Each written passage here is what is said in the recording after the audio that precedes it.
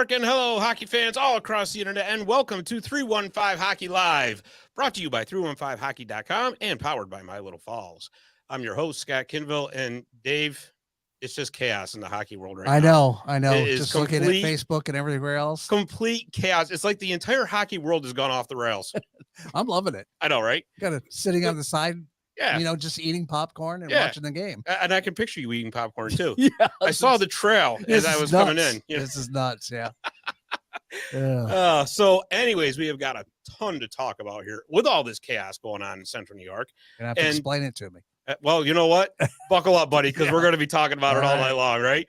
All right. But before we get to our guest tonight, I want to announce we got a new co-host. Somebody else to come in and help us talk about all this chaos from another perspective, maybe. But he's been watching our show for a while, always commenting. And you know what? Sometimes they say that your best customers make your best. Can't consider them an employee because we're not paying them, but that's they make your best co-host. Yeah, there you go. Yeah, there you go. So I want to bring in Mr. Jordan Brockway. Jordan, what's going on? Oh, nothing much. Just hanging out, waiting for hockey this weekend. Yeah, well, I'll tell you what, there's hockey all over the place. Before we get going, you're no stranger to podcasting, so tell us a little bit about what you do.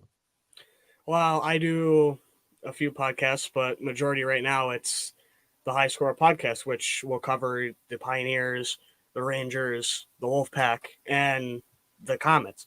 And it's very, I wouldn't say iffy, but it depends on the day. Some days are more fired up than others, like last weekend before the Manhattanville game. But it's fun, and I get to yell a little bit. All right. Well, hey, listen, for segment 2, we're going to be covering all kinds of college hockey, so you're going to get to yell a lot. Yeah. So. But anyways, right now, we got to talk about all this chaotic stuff that's going on up in Utica with the Comets and the New Jersey organization in general. They just pulled off a huge trade involving Timo Meier from the San Jose Sharks. And it's a trade that's actually going to probably end up affecting all 3 levels of the New Jersey organization. So to help us sort all this out, I want to bring in the ECHL editor and Adirondack Thunder correspondent for InsideTheRink.com, Mr. Armand Klisovich. What's going on, pal? It's good to be back, Scott. Thanks for having me. Absolutely. You were on Marty's Illegal Stick before, which, by the way, Dave, we're going to be bringing that back eventually. Oh, geez. Here we go. Yeah. So even more chaos. Oh, no. So anyways, Armand, tell us a little bit about yourself. How long have you been covering the Thunder? So this is my, I believe, 3rd year now covering the Thunder. First with Inside the Rink, recently named editor. And, I've come into this and I've found that the ECHL is completely undercovered. Nobody covers it. And I kind of want to put a face on the league. Yeah, absolutely. It's a shame, too, because it's a really cool league. Yeah, it is, and there's a lot of things that people are missing out on. I want to be able to show that to the people out there that there's a lot to know about the ECHL, especially I think when it comes to jerseys, we know how to do it right down here. Yeah, I think so. I've seen a lot of like the alternate jerseys, and you got that new team you got, the Savannah Ghost Pirates. It's so cool. It just reminds me of Scooby Doo. It does. Yeah. But you, my friend, covered the Thunder, and the Thunder, as everybody knows, is the ECHL affiliate of the New Jersey Devils. And like I said in the introduction here, we have got all kinds of chaos with this trade, injuries going on, just all sorts of back and forth. So before we get into all that, tell us a little bit about the Thunder. How are they doing this season? Well, they started off with a rough patch. They faced Worcester, who came out of the gates hot, lost our first 4 games.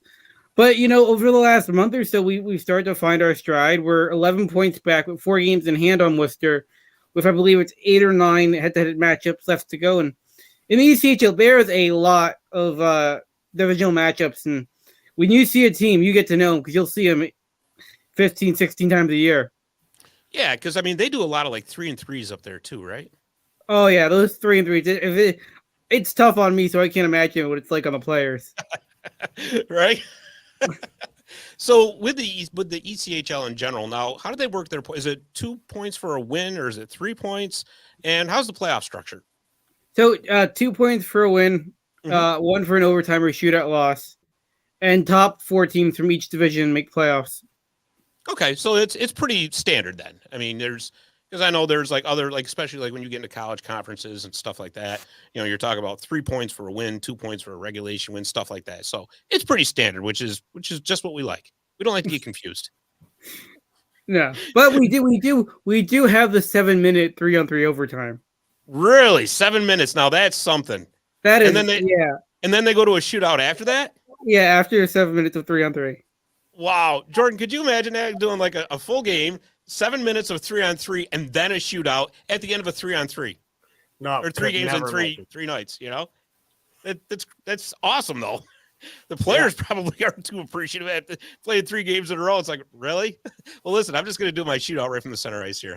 No, they had I think what was it, 2 weeks ago? They had like a Friday. We had a Friday game at home, and then they played the next afternoon in Trois-Rivières, which was like a 5-hour drive. Oof. Wow. And then they played the Sunday at 3. Well, you just said that they were before you came on that they were getting on a plane, right? Yeah, they're out to Florida for Orlando on Thursday, and then Jacksonville on Friday and Saturday. That's really cool.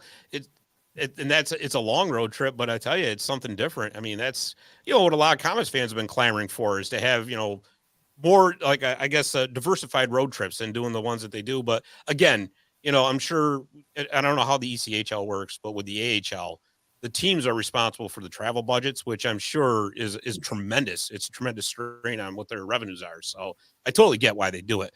So anyways, you said the Thunder have been doing pretty good as of late. What place are they in right now? And in what division? They're in the North Division. They currently sit in 5th place, but like I said, there's still a lot of time left to go. I think the team's kind of hit their stride. And, I think it all depends on just what happens with Utica and, New Jersey. Because, as soon as we get on a good streak and we have a guy who's getting hot, next thing you know is he's getting called up to Utica.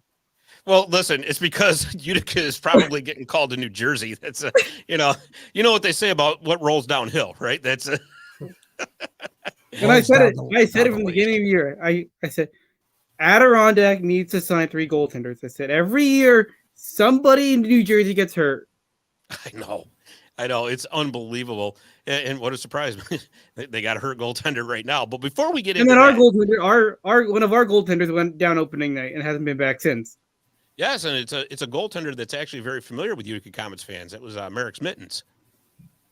Yeah. So we'll talk about him in just a little bit. What I want to know is, on the current Thunder team, who is really standing out to you? That Xavier Perron's line has been the best line for Adirondack. They bring in Grant Josephek, in the earlier this year to fill some holes, and he's just been on fire. Travis Broman, another guy they brought in earlier in the year. That line has just been clicking for Adirondack. Last Friday night, they had 3 of their first 4 goals in the first 10 minutes of the game. So when you have a line like that who gets rolling, it's great. But sooner or later, Xavier Perron was going to get called up, and as we knew, he got called up. It was one of those. It was a given, right? Yeah. But that's interesting. You mentioned Travis Broman. I mean, he's a former Oswego State Laker, former Roanoke Rail Yard dog, who anybody who used to watch the Marty's Illegal Stick show knows how much I love the SPHL and especially the Rail Yard dogs, because that's just such an awesome name to begin with. And we had Roy Chambers, who used to be the PA announcer for their stadium, and he was such a super cool dude. And I'll tell you, that SPHL is a completely underrated league. I'm telling you, one of these days I'm going to get down there and watch a game. I'm telling you. But you just mentioned Xavier Perron. He's now in Utica. What is it about Xavier Perron that made him have such a good season in Adirondack so far? You look at him, he had crazy numbers in the Q last year, and then, he comes to the ECHL and he just continues to do his thing. He gets those goals. He's the guy who Adirondack can look to get a goal if the team's cold. He's the guy that they're going to go to. Good on the power play. He's just been one of the best players for the Thunder all around. So is he a physical guy? Is he a speedy guy, a shifty guy? He's a guy who's going to shoot. He's going to get. You're going to see him in the corner trying to get the puck. He's the guy who's going to get to the slot and shoot. Okay, so he's a shooter, a little bit of a playmaker as well. Yeah. Okay. Well, that's good then. That's, because as they announced today, Graham Clark was recalled to the Devils. So what we were just talking about, all of this this chaos has been just added to it. It never So ends in the New Jersey organization, as you know. I know, right? You know what? I tell you, that is one fun thing about the New Jersey organization. Anyway, they constantly got you on your toes. Oh, of course.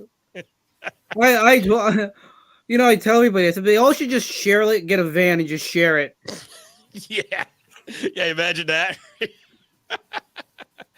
Oh boy. Well, I'll tell you. The Devils just made this huge trade with San Jose. They got Timo Meier, and that's the one trade that everybody was talking about that they were going to do, and good on them. It's a great deal for them. But they also gave up some players to get it, or to get him. Fabian Zetterlund, who was a huge fan favorite in Utica when he was here, and my daughter is absolutely heartbroken over it. She loves Fabian Zetterlund, and now poor kid. But anyways, going to San Jose with Zetterlund were a couple of Comets, Nikita Hotuk and Andreas Johnson. They're both gone now. Hotuk was injured anyway, so he wasn't playing, but obviously he played, he had a big role with the Comets when he was there, as did Johnson. So Perrant coming up is going to help that. But there was also a few players coming along with Meier. Scott Harrington, a defenseman who was placed on waivers to try to get him to Utica, and he was claimed by the Anaheim Ducks today. Chaos continues, of course. And there were a few other ones that came over too. A Santeri Hataka, Timur Ibrahimov. I think I'm saying that correctly. There's some of these names I'm probably going to hammer because I not very familiar with these players. And goaltender Zach Emmond. But you, my friend, just released a really good article for Inside the Rink. I just read it. It just came out about an hour or so ago. In regards to how some of these players can help the Thunder. So tell us a little bit about what you know. Yeah, I recently just got news from one of my sources that Edmund is out for the year, so we won't be seeing him. A goaltender in the New Jersey organization is injured. Shocker. Okay. But the Ibrahimov is gonna, Adirondack, as you know, they're lacking forwards right now. We've got Turcotte out for the year. No timeline on Rivera. And the injury bug has hit Adirondack, and I think the one big thing is going to be Adirondack's got to get healthy, and they've got to find a few guys who can solidify themselves, down in Adirondack. I think you look at the Comets right now. They've got a couple guys who are hurt, but once they're healthy, I think there are a couple guys who I think are going to stick with Adirondack. Are going to stay down there for most of the season. Yeah, that is a good point. And, as our friend Ben Burnell from the Rome Sentinel pointed out today, too, the Comets do have 7 healthy defensemen. So if Harrington did make it through waivers, it was going to make 8. However, it does look like Michael Vukojevic's still injured. Jordan, you know much more about that. I know he hasn't played in the past couple of games. Yeah, he's been absent for the past couple of games. I don't know what the injury is specifically, but we haven't seen him in a while. Yeah. And it's made a little bit of an impact. Yeah, it has, because as we know, sure, they got 7 healthy defensemen now, but that could change at any second, really. The way things have been going. So, Armand, taking a look at the Adirondack defense corps, who's really stood out to you? And if the Comets should need another defenseman, who would be most likely to go up? You know what? I was very surprised when I saw Jared Gorley go up. I get it. I think it's one of those things is he's on a 2-way deal with you guys. So I think it just makes it a little bit easier to get him up there. But the Thunder defense has been, a mess this year. We've had guys going down. It's been guys rotating in and out. You look at Gorley. I think, we have Jeff Taylor, but he's on an ECHL deal. I think right now, if you guys are looking for anybody, it's going to be Jared Gorley. Yeah, he's already up actually with the Comets. He's actually, he hasn't been that bad really. He's been actually pretty darn good. To be perfectly honest with you, it's I'm looking at his stats right now. He's had 4 games played. He's got a goal. He's got an assist. He's a +3. And I know, what, some people just have no faith in the plus minus, right? The analytics community hates it, right? Because it's such an old school stat. Well, guess what? I'm an old school kind of guy, and I like it actually. I know there's flaws with it. I know it can be manipulated a little bit, but you know what? It just gives you a general overall picture of, hey, this guy's on the ice more often when they score than when they give a goal up. That's basically it. And really, at the end of the day, that's what counts. So, yeah, I mean, obviously, Gorley, is there anybody else in that defense core? The defensive core, we just signed one or two new defensemen because we need to plug some holes here. With Gorley going up, and right now there's really no one on the blue line that's really standing out. I think it's kind of the guys are gonna get hot at times. Wayne Letourneau's had his moments when he looked good. Doesn't put up many points, but he's made a few really good defensive plays once he got here. I think Bryce Martin looked good in his first game with Pete McArthur trusting him on that first pairing with Jeff Taylor. I think once Martin gets set, I think he could be another solid piece for Adirondack, which means he'll probably get a PTO or ATO with you guys up in Utica. Yeah. I mean, which hey, that's sometimes those ATOs can be lifesavers too, because I mean, you got to have that stopgap, because if you get a pile of injuries at any level, really, when you think about it, it really truly does affect everybody else. You know what I mean? It also makes me think, the goaltending right now in Adirondack, I wonder what they're gonna do here. The guy who got traded is out for the year, and Adirondack doesn't really have a backup right now. It's Toy and right now Leaf Hurts, who he just signed, who hasn't played yet. But I wonder if Adirondack's going to go out and look to solidify, the backup role with Poulter being up there, and, not knowing how long Blackwood's going to be out.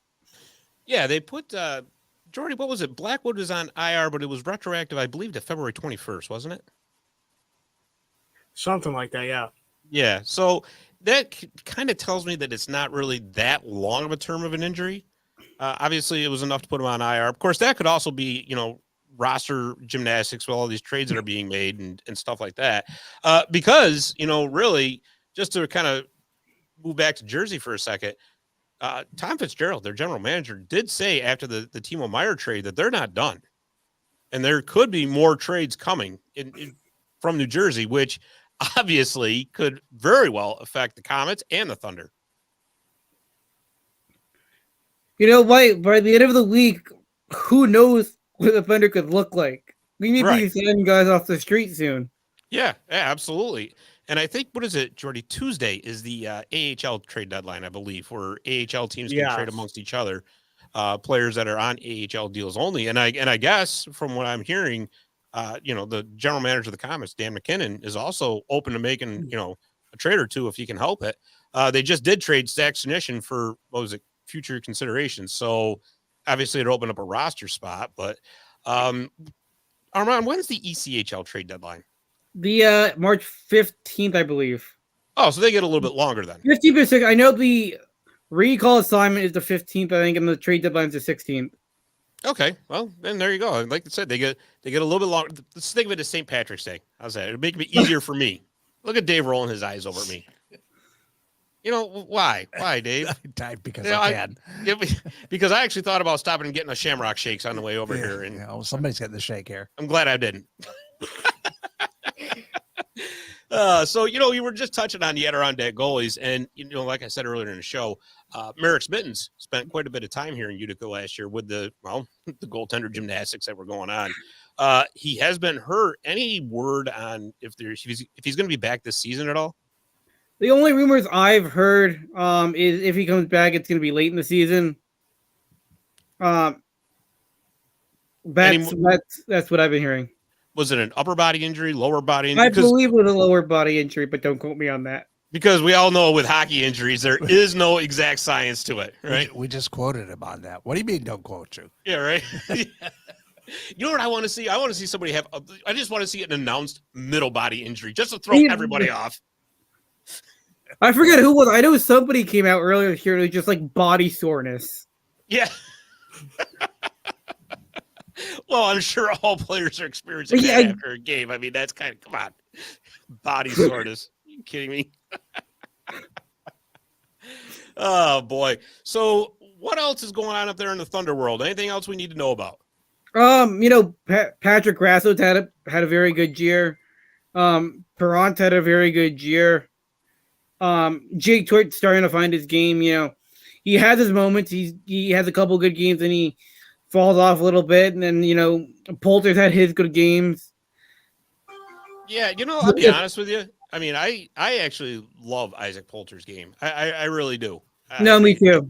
I think he's going to be a solid goaltender for years to come. And honestly, the way it kind of looks, and Jordy, you can correct me if you want on this, or you can agree or whatever. I think by next season, you're going to see Akira Schmid full-time in the NHL. I think he's pretty much ready. There's really nowhere else for him to go but up, really. And which is going to mean basically the net in Utica is going to be Nico Dawes. I'm talking about next season, but I do think that Isaac Poulter really deserves a legit shot to be that backup in Utica, which is going to leave another opening in Adirondack. Yeah, and I believe Minzik's contract's expiring at the end of this year as well. Oh, that's right. He did only sign a 1-year deal, didn't he? All right. Well, that really makes things interesting then too. So I got a question for you, and it's just kind of an out of left field question, but it's something I gotta ask. So with the ECHL, some of the goals are blue, and I noticed now that some of them are red. What's going on with that? Well, I know. Last year they were sponsored by Geico, and I believe that's why the nets were blue. I know it's things are very different in the ECHL. I thought that was kind of cool though, a blue net. That's just Gecko's color was green. No, you're thinking of the gecko. I know the gecko. You're thinking of the gecko. I know that damn animal. And I believe we run with 11 forwards and 6 defenders and 2 goalies. Oh wow, that makes things really interesting. Yeah, So you don't have 4 full lines. What? There's no 4 full the full line. Yeah. No 4 full lines. Say that 5 times real fast. Say, All right. Say it one time. I can't even say it once. Are you kidding me? I wonder why that is. Why do they have that one last forward spot? I don't know. Well, very interesting. More offense. Yeah, there you go. Yeah. So guys get their money's worth. Yeah. Sure. All right, Armand. Well, hey, listen, this has been a lot of fun. And, like I said, that Adirondack Thunder team is very interesting. And I tell you, Jordy, I'm surprised that we haven't put together a bus trip to get up there yet. I am too. That would be really fun, I think, actually. Yeah. Because that, what was the Adirondack Civic Center at one time? What's that called up there now, Armand? The Cool Insuring Arena. That's it. Cool Insuring, I think. Cool Insuring. Okay, all right. Yeah, I think. I believe it is the smallest arena in the ECHL. No kidding. How many people does it hold? A little under. I believe it's a little under 5. Oh, no kidding. So it's even bigger than the Adirondack Bank Center then. Wow. 100. Yeah, right. Yeah. I thought you were saying 500. All right. That's small. Yeah. It's a rec center. Yeah. No, actually, the pictures I've seen of it is absolutely gorgeous. So, like I said, at some point, we really should make a bus trip and get up there to check out those Thunder. Armand, tell us a little bit about Inside the Rink. So, basically, Inside the Rink, we basically do a little bit of everything. NHL, we just started up the ECHL, which I think, I basically came to them and I said, the ECHL is undercovered. We need to cover it. They basically said, okay. And so I'm working on putting together a team of writers and, getting the word out about the league. And I think so far it's been great. My writers have loved having me. I've told them, this is what I want to do. I said, we have an opportunity here. It's a gold mine. I said, let's take advantage of it. You look at other people like Field Pass, but we have a lot more coverage than Field Pass does. And I think that's why people should come to our site opposed to Field Pass, because we just have a lot more coverage of ECHL teams. I think, they've only got a handful of teams over there at Field Pass, but we've got almost half the league over here at Inside the Rink. For ECHL? Because I know pretty ECHL. much, yeah, because, you guys cover NHL. You got a lot of NHL coverage, some AHL coverage, ECHL. There's all kinds of podcasts over there too, right? Yeah, we're looking to hopefully in the coming months get an ECHL podcast started. Nice. I'll have to talk to my buddy Connor about that. Yeah, Connor's great. I love Connor. Connor Green's awesome. He's awesome. Yeah, I've known him for, as a matter of fact, even before the Inside the Rink days. So yeah, Connor's great. Great. Yeah, dude. you want to talk about somebody who will push you? He's definitely helped me out and giving me that extra push when I've needed it. Yeah, right. So let's see. How about the socials? Where are we going to find everybody on socials between you and Inside the Rink? You can find me at ITR Armand on Twitter, which is basically where I'll have all my Thunder stuff. My articles will go up on there. I believe for Inside the Rink, it's just inside underscore the underscore rank. But if you just put in the search bar, it'll pop up. Yeah, right. But yeah, we have a lot of great stuff coming. My Iowa writer's done a great job. We have a lot more player interviews coming out. A lot more of the features that I did today. You'll be seeing a lot more of those. And hopefully in the next couple of weeks, I'll have a few more interviews with a couple of Thunder players, which I think is great because some of the stories these guys have are great. Yeah, it is. I mean, I see some of the stuff that they put out on the social with the chains. I was wondering what that was all about. That's their player. That's their player of the game kind of thing. Is that what it was? Okay. Yeah. It's got like a whole pro wrestling vibe to it. Love it. New Jersey's got I believe New Jersey's got the big hat and we've got the chain. Nice. All right. Well, Armand, thank you very much. And like I said, if you want to know Adirondack Thunder news, you follow this guy on Twitter at ITR Armand because he's got the Thunder covered. He's got his finger on the pulse of the team. If there was lightning to the Thunder, it's Armand. So thank you very much, my friend, for coming on, and we'll stay in touch. Not a problem. Thanks for having me. All right, buddy. Thanks. All right. So that was really cool. Like I said, Jordy, the Adirondack Thunder are just an intriguing team because, we don't hear a lot about them, but, they're there. It's like the whole, family, the organization. So, yeah. All right. Well, I'll tell you what, my friend, why don't we take a little bit of a break? And when we come back, Jordy, we got a ton of college hockey to talk about here. So I'm going to get a drink of water here and we will be right back. Visit My Little Falls and stay connected with the latest news, information, and events in the city and the area. Our mission is to generate interest in the community and connect residents in a more meaningful way by facilitating deeper conversations about how these stories will shape the future of the Mohawk Valley. Join thousands of weekly visitors who stay up to date with feature stories, interviews, videos, our event calendar, and print publication, the Mohawk Valley Express. It's about timely local news for the community, keeping citizens informed about important issues, telling about the people who live and work here, and giving locally owned businesses the opportunity to reach a very targeted audience of locals and tourists alike. It's a whole new form of media-rich content developed specifically for today's mobile lifestyle and listeners. You can download our iOS app in the iTunes Store, listen to our country music streaming radio station, or sign up for a weekly newsletter. Stop by today at mylittlefalls.com. You'll be glad you did.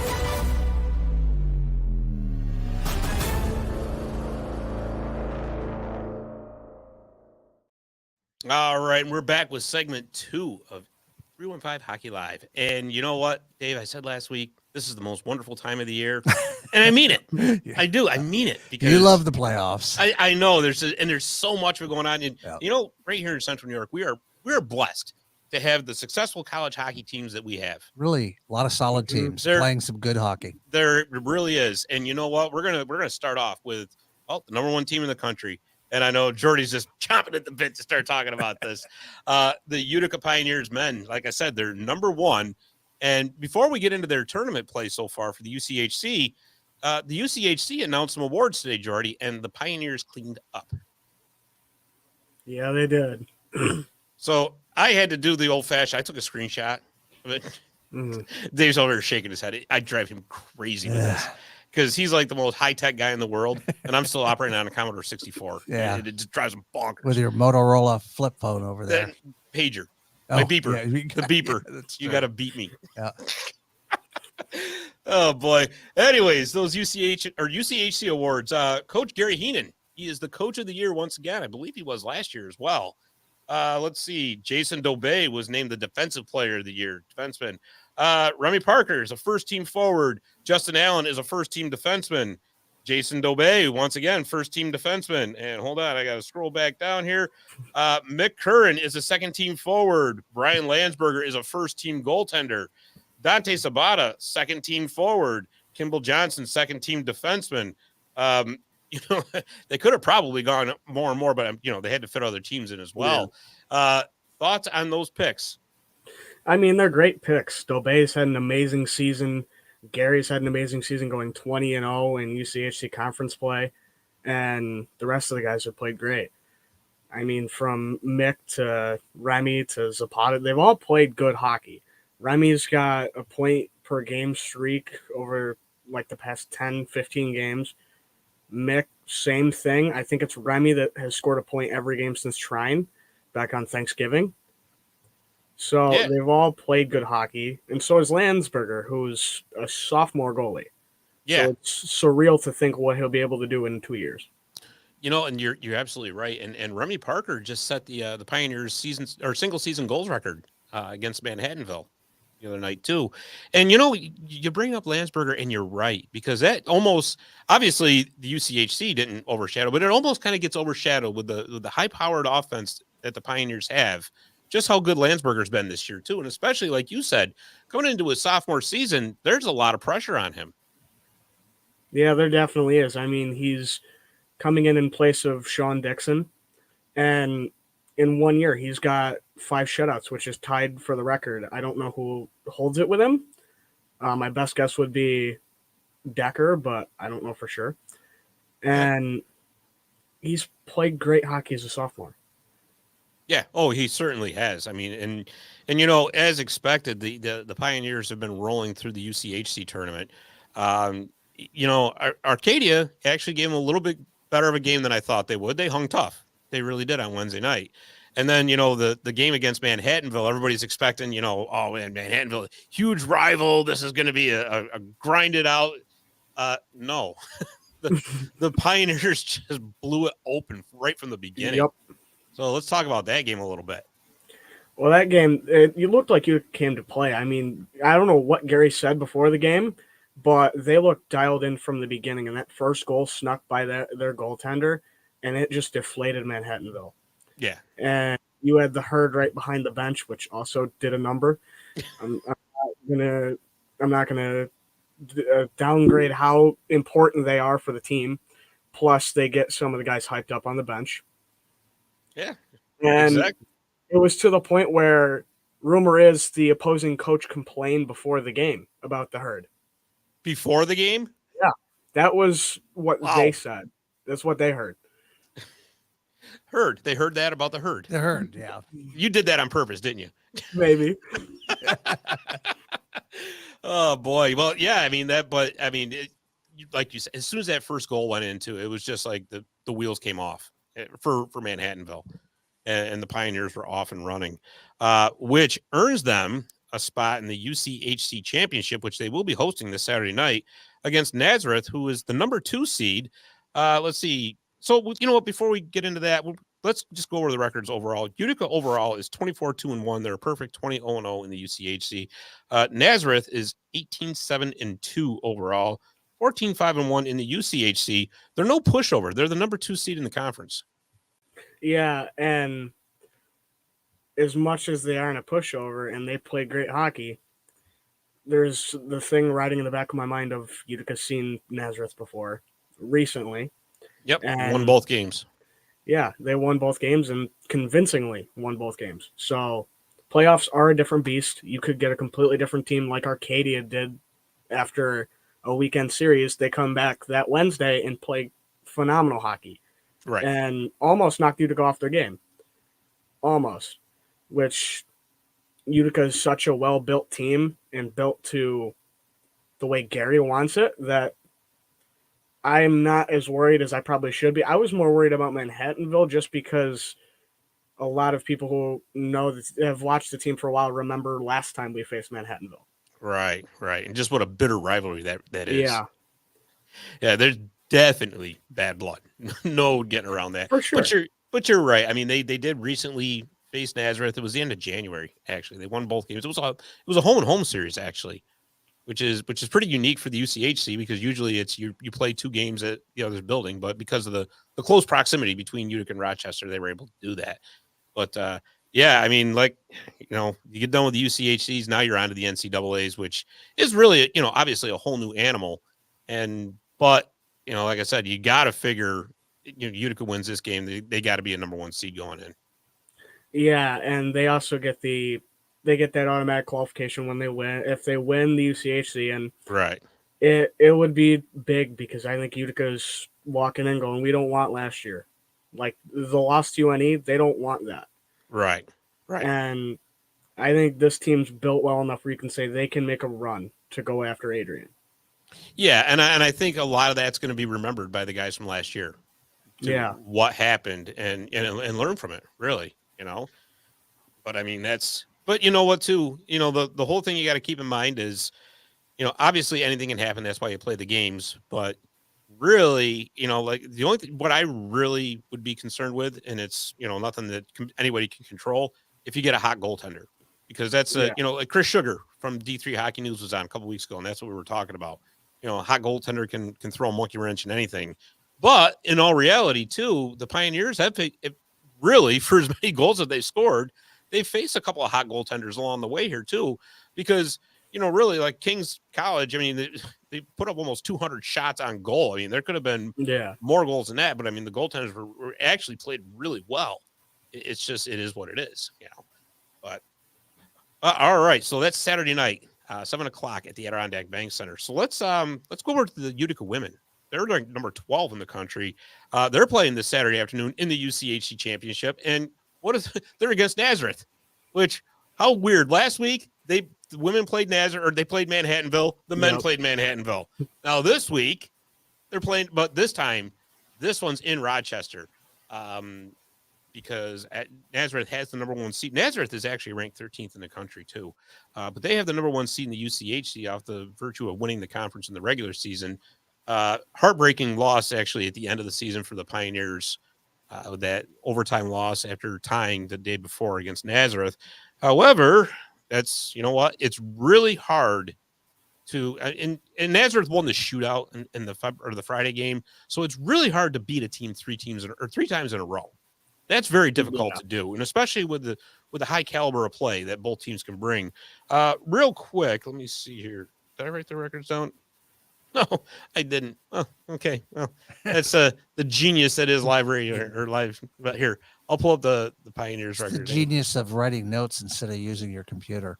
I got a computer right here. I'm using it. Yeah, I'm using it right now. And we're stalling. No, the Pioneers, they're 22-2-3 overall. You've been dying to do that. I would die to do something. I've been waiting for it, actually. Look at Jordy. I'm surprised it actually took you until segment 2. I'm going to get you a Commodore 64. That's it. All right. But they're 17-1-2 in the conference. So you know what, though? The Pioneers have, in my eyes, one of the absolute best goaltenders in Division III in Angela Hawthorne. Their top line has been clicking unreal as of late with Carly Stefanini, Georgie Santullo, and Erica Sloan. They seem to be firing on all cylinders as well. So this is going to be a really good matchup. Yeah, and it's like you said, it's hard to beat a team 3 times. Plus, I think Utica women's hockey has could have the same mindset that Utica men's hockey could have of, look at what happened last year. We don't want what happened last year to happen again. Right. And that can be a big motivator. Absolutely. And playoffs can make any team dangerous. It can make the last seed or the first seed the most dangerous team. Yeah. Oh, absolutely. Absolutely. You're absolutely right. I mean, you just, and especially, with this particular game, you don't have to worry too much about it. It's a number 1 seed against a number 2 seed.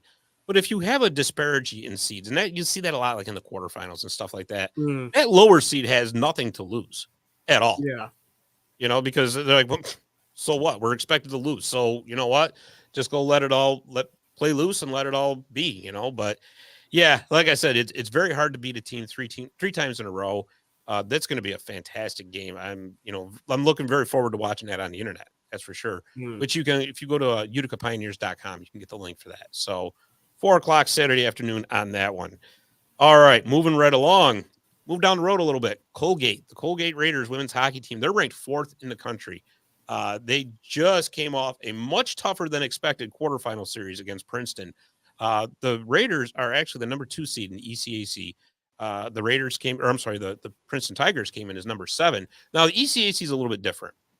their quarterfinals, they play a best of 3 series, which is actually a good thing for higher seeds because, like we were just talking, when you're in these 1-game playoffs, anything could happen.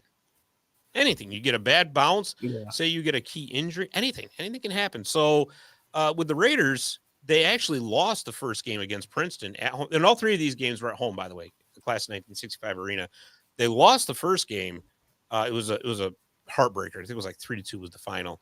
The second game was much tougher than anybody expected. They ended up winning on a goal by Daniel Serdachny in the third period. They won 4-3, but the Tigers gave them all they could handle. And then the third game Sunday, that was close right up until the end too. They got another third period goal, this time by Kalti Countanova, to win 2-1 to advance to the semifinals of the ECAC tournament. And this Friday, Friday night, they are in, Ingles rink in New Haven, Connecticut. The semifinals will be taking place at Yale's home rink. However, they are going to be playing the 3rd-seeded Quinnipiac Bobcats, whom Mia Lapata from Clinton, New York plays for. That's going to be one heck of a game because these are 2 teams that play each other very tough to begin with. Quinnipiac actually won both games they played this year because in the ECAC they play 1-1s, right? They won in overtime in Quinnipiac, and then they beat Colgate by 1. It was 2-1. They beat Colgate in Colgate. So that game's going to be really good. Real quick, the Raiders are 35-2 overall in the conference. They're 18-3-1.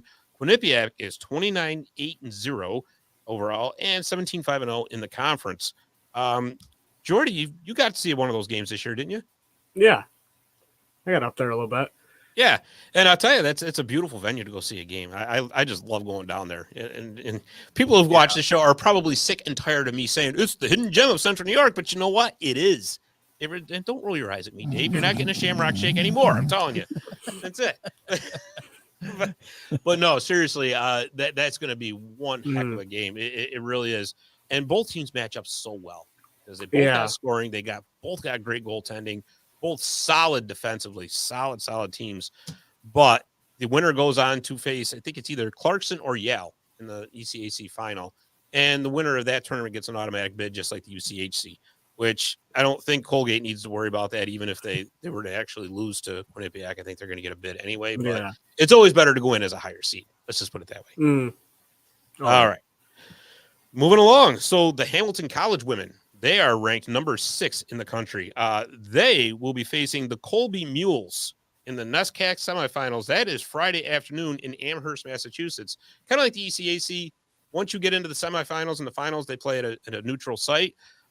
This one's going to be a real good game too. Hamilton College actually beat Colby twice this regular season. They hosted them in Hamilton. Colby, I think, was ranked 6th at that time, and they shut them out both games. Friday they beat them 1-0, and then Saturday they turned around and beat them 3-0. Hamilton is the 2nd seed in the NESCAC, and Colby is the 3rd seed. So this one's going to be really good because, again, now Colby's going to be looking for a little bit of revenge, right? Because after losing twice in Hamilton, the Continentals kind of knocked them off the ledge, so to speak. So they're going to be looking for some revenge. But again, Hamilton College, they've got solid goaltending. Evie Sheridan, she's 12-3-1. She's got a GA of 1.29, 945 save percentage. She's got 4 shutouts. She's in the top 10 in the country in GAA and save percentage. And I'll tell you, Hamilton's got that dynamic duo of Nancy Lowe and Abby Coons. They're going to be tough to beat. But that NESCAC is a very, very tough conference. It really is. You know what? Honestly, I don't think enough people pay attention to. Yeah. But and like I said with Chris, they've got some of the coolest names in all of college hockey and their programs. I'm telling you, Colby Mules. I mean, that's a good name. The Williams Fs. It's cool. Barnyard Rats. Yeah, good names out there. You gotta get that bobblehead. Okay, a couple more just to go over here real quick. So the Colgate Raiders men's hockey team, they are in the ECAC men's tournament. They are the 5th seed. They had a chance to be 4th, and the ECAC men's tournament is set up a little bit differently, right? So the top 4 seeds get a bye, and then the 5 through 12 play a 1-game, well, call it play-in, really. And then after that, they go to a best-of-3 series. By virtue of what happened last weekend, St. Lawrence took the number 4 seed. The Raiders come in as 5th seed. They are playing number 12 Dartmouth, and that's going to happen Friday night at 7:00 down at the Class of 1965 Arena. Now, the Raiders overall are 14-15-5, but they've been pretty darn good in the ECAC. They're 11-8-3.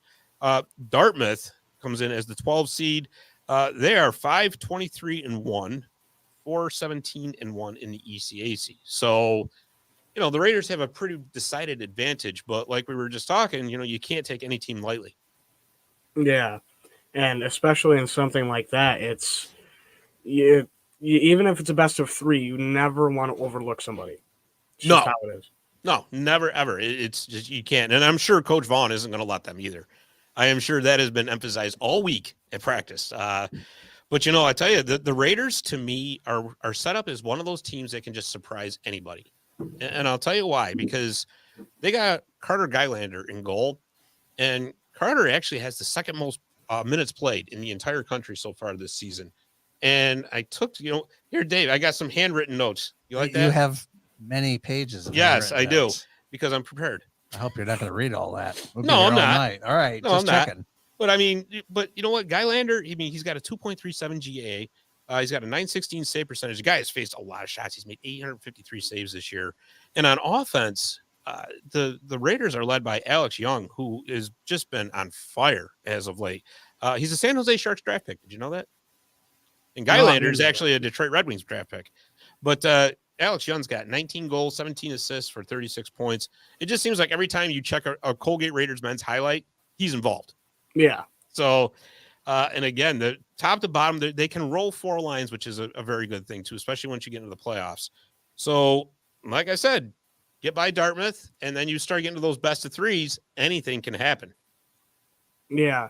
And it's one of those things, especially in a conference like that where it's very competitive, it's going to be a fight every game. Oh, no doubt. No doubt about it. And that's just it. And really, but that was so important to get that, top 4 seed, because now you get that first round bye and you get home ice advantage for the playoffs. But what are you going to do, right?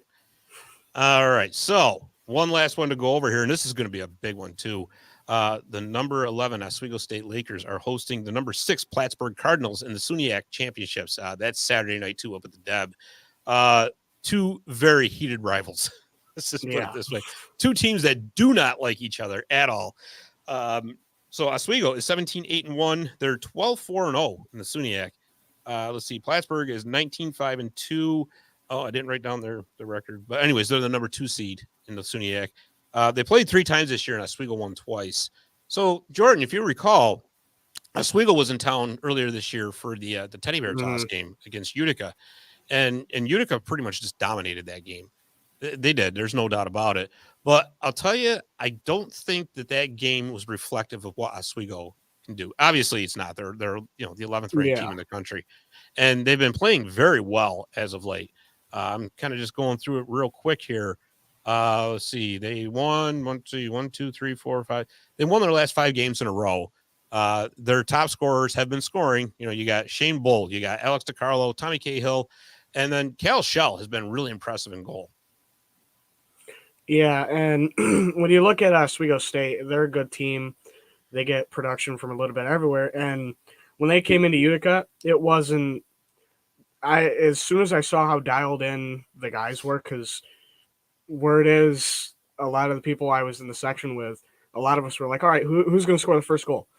Right. And they looked dialed in and ready, and just a lot of them looked like they wanted it. Half of the section thought Zapata was going to score it, and it ended up going to Remy, but they looked the most dialed in I'd seen them up to that point in the year. Oh, yeah. And then there was about 17,000 teddy bears that came down on the ice. But yep. But even knocked the phone out of my hand. Yeah. Tell me you were videoing when that happened. Yep. All right. Good. But that game too, because that's the only time we've seen Oswego down here. Cal Shell actually held them in that game. That could have been much worse. Yeah. And with how Utica is, I always like to compare them with a Calgary, because Calgary and NHL, they shoot a lot. Yes. Just like Utica is first in the UCHC with shots. If I look at my notes here, since I have paper notes he's got handwritten notes too. Here we Utica go. is averaging 50.44 shots per game with 1,362 overall the whole season. Yeah. That's the most in the UCHC, and I'd be willing to bet that's some of the most in D3 hockey. Oh, it's got They it. shoot a lot, and that's what makes them dangerous. When they put up those numbers against top goalies or goalies that may be on fire, I think that's how they overcome it. That's how they've been overcoming it all season. If they've run up against a hot goaltender like in Manhattanville or Alvernia, when they gave them runs for their money, they just said, we're going to drop 20 shots in this period, and then some of them are going to bounce in. Yeah. Oh, yeah. I mean, definitely a quantity team. Quantity and quality. I like that. Oh, So, oh, boy. we have a guest. Uh-oh. What's going on? He can't hear you. Hold on. Here. What are we doing? I can't. What did you Take just try it. to do? Take Surprise guest into the show right now. it. Yeah. Yeah. Get the earwax. Late as usual. I just got back from junior comet tryout, so Oh, yeah. How'd that go? a lot of kids. Yeah. Yeah, a lot of kids, a lot of chaos, and I give a lot of props to those head coaches that do that. It's funny. That seems like the word of the day around here. Chaos. Oh, Because that's all we've been talking about this whole show. hey, Scotty, but you know what? The Rangers aren't in chaos. I think they beat your Kings, and I mean, let's just face it, they just stacked our team. Hey, listen, I don't even want the third period, the dive fest. You mean is that what you're going to talk about? I was going to say they're going to put a pool in at Madison Square Garden next. Is that Well, even though we're going to have to now. I mean, yeah, that's but you know what? I mean, that's something we can talk about on Marty's when we start that up pretty soon. So because we're going to restart that, yeah, for sure. Nice. And stick around because I'll talk to you about that. That's fine. That's fine. But there'll probably be some choice words, so we're probably gonna have to sign off here real quick, and then we'll yeah, stick around for a second. So but anyways, you gotta go. Yeah, I'm busy. I'm a busy boy. No, you're not. I am. You're home now. I just got home from the day. Yeah, it's all right. It's good for you. Jordy knows it's a little thing, so don't worry about it. Yeah, it's a little bit. Okay, bye. I was waiting to make that joke. Yeah. Beat you to it, Jordy. Yep. Oh, it's awesome. That is awesome. But yeah, seriously. So like I just said, we are going to be starting Marty's Illegal Stick back up. That's going to be fun. Next week, we're going to be going on Thursday night instead of our usual Tuesday night, scheduling conflicts being what they are. I think we got some guests lined up, but we're going to hold off on the official announcement just because, right? Yeah. Oh yeah, you'll like it. Don't worry about it. It's all good. I'm sure I will. But I do want to let everybody know too on 315hockey.com this week we're going to be having our previews of all these tournament games. We're going to be doing them Wednesday, Thursday, Friday. So keep an eye on that site, 315hockey.com, because that is where you want to go for Central New York hockey news. And of course, you want to follow us on Twitter. You want to follow us on Instagram, Facebook, because we've been a little bit more active on that lately too. I've been trying, Dave. I've been trying to catch up to this modern world. Oh, okay. All right. And before we go, Jordy, where are we going to find your shows? You can find my shows at Jordy Fighter.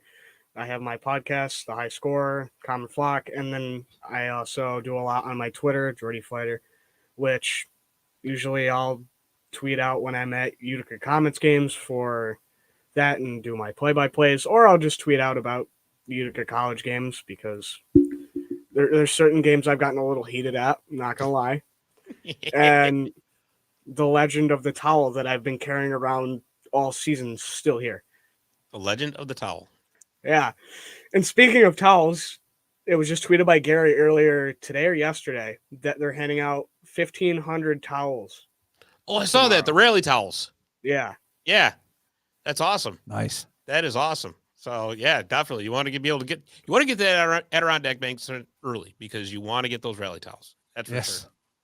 Maybe we'll get you one, Dave. Yeah, I like it. I'll put it on the wall. Yeah, there you go. With my 13 wins in a row for the Comets. We got to get you more hockey memorabilia. You do, yeah. Yeah, it's definitely walls are a little bare. They are. I'll bring you some of my old jerseys. I can stick I got the Marty's cups down here too. I can put them back in the shot. We got to get some 315 hockey swag going. Something. That's what we got. I still don't have my hat. But we're working on it. All right. Don't worry about it. We're working on it. right. So anyways, like I said, all those previews will be on 315hockey.com. And like I said, follow us on Twitter, Facebook, Instagram, because we're putting new stuff out every day. If you like this show, please subscribe on YouTube, because subscribers always help. So anyways, I want to thank Armand Klisvich once again from Inside the Rink. Jordy, welcome aboard. It's great to have you, and I hope you'll be back next week. Oh, I definitely will. All right. So I'm Scott Kimball. Thanks for watching, and we will see you next week on 315 Hockey Live.